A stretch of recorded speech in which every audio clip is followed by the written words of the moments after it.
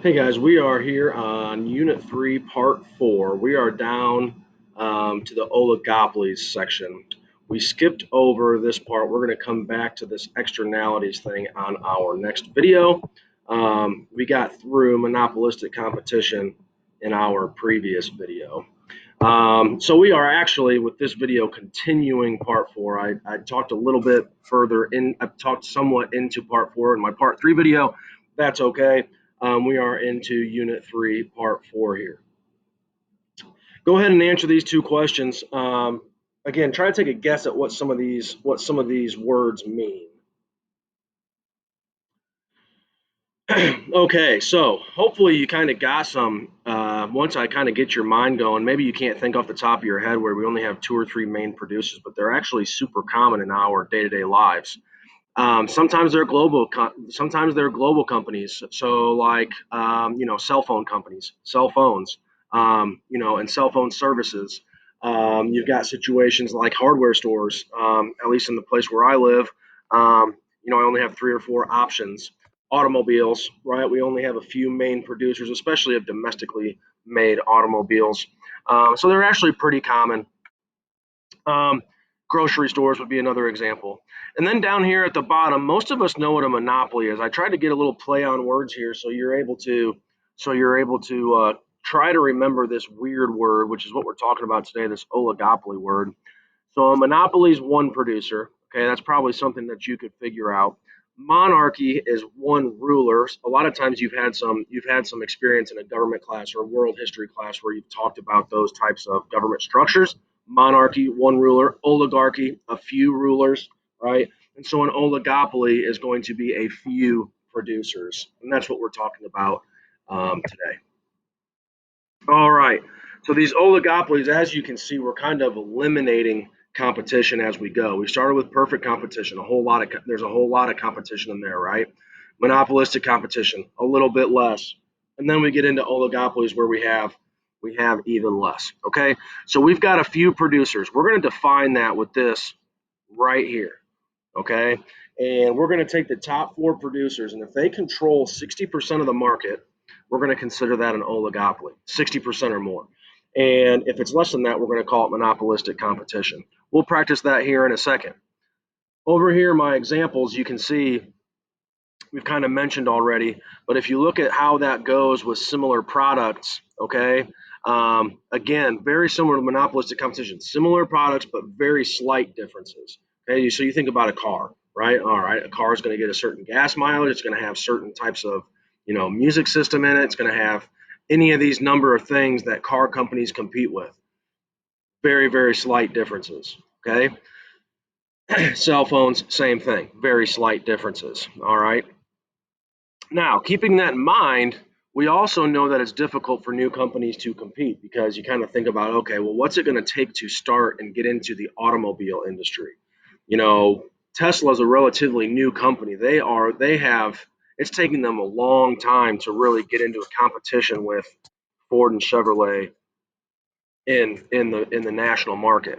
Same thing with like Google cell phones, right? Samsung and iPhone have super popular cell phones, smartphones. Google is trying to compete, but it's taking them, I'm sure, much longer than what they thought they would have to do. Okay, so they do have slight control over prices. Obviously, when we talk about buying things, I think iPhones are slightly more expensive than Samsungs. I don't know that for sure. And so there are some reasons they can raise prices if they get some brand loyalty, if they get some people to really want to buy their product. All right. Sometimes that small level of competition, obviously, that's going to lead to less price competition. Okay, so that pricing is not going to necessarily be something that we can, as consumers, take advantage of, and so that means it's not necessarily again as advantageous for us in terms of pricing as the other market structures we've talked about would be. Okay, let's go ahead and talk about how we solve these using this concentration ratio. Okay, so if you can see, all right, like we said, top four equals 60%. So we've got our number one, number two, number three, and number four. We're going to add all those up. That's going to equal 85%. Our tennis shoes market is going to be an oligopoly. Number two, we've got 15 plus 15 plus 15 plus 10. We've got some tied with 10% too. We only need one of them. It's the four biggest. That equals 55%. That's going to equal monopolistic competition. Okay. Hopefully that's easy now once you've seen it done once. Now, sometimes when there's very little competition, oligopolies can sort of act like a monopoly, which we haven't talked about yet, but they can raise prices, right? And especially the most popular company is going to have reasons to change their prices to do one or two things. This is referred to as price leadership. If the most famous company, let's say Apple, for instance, iPhones, right? If they raise their price by $50, okay, that's going to enable Samsung to raise their price too, because those are more or less the only two options for smartphones.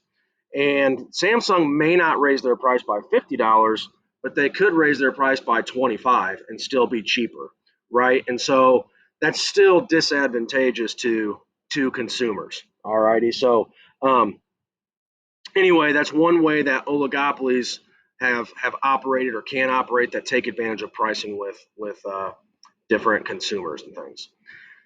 Now, if they get together and say, hey, let's raise the price because we don't want to compete, that's going to be considered illegal. Okay. The fancy word for that is collusion. Okay. So think about like if it's a small town, there's two gas stations, and those two gas stations decide that, hey, listen, let's stop price battling each other. Let's actually raise our prices because because people have to buy our stuff. And so now let's just both make more money instead of trying to take money from each other and costing us money in the long run. If enough of the global supply is controlled by a small number of producers, sometimes it's referred to as a cartel. And again, this is when they do start acting like a monopoly. Besides the illegal Mexican drug cartel, as they're referred to as in the news, one that affects us more often is referred to as OPEC, and it's a organization of Middle Eastern countries that control the supply of oil. And again, if they make a decision to produce less oil per day or week or month, it's going to make oil prices go up. If they make a decision to produce more, they're going to generally see oil prices go down. Now, obviously, they would have a reason to decrease their supply of oil because the more they decrease it, the more money they're able to make, right, per unit of oil, per barrel of oil. Um, they tried this back in 2009, and we were in the middle of a recession, getting to the recession, and they decided to raise their price or decrease their supply, raise the prices. Well, they kind of messed themselves up because that made the prices of oil that was produced domestically here in the United States go up.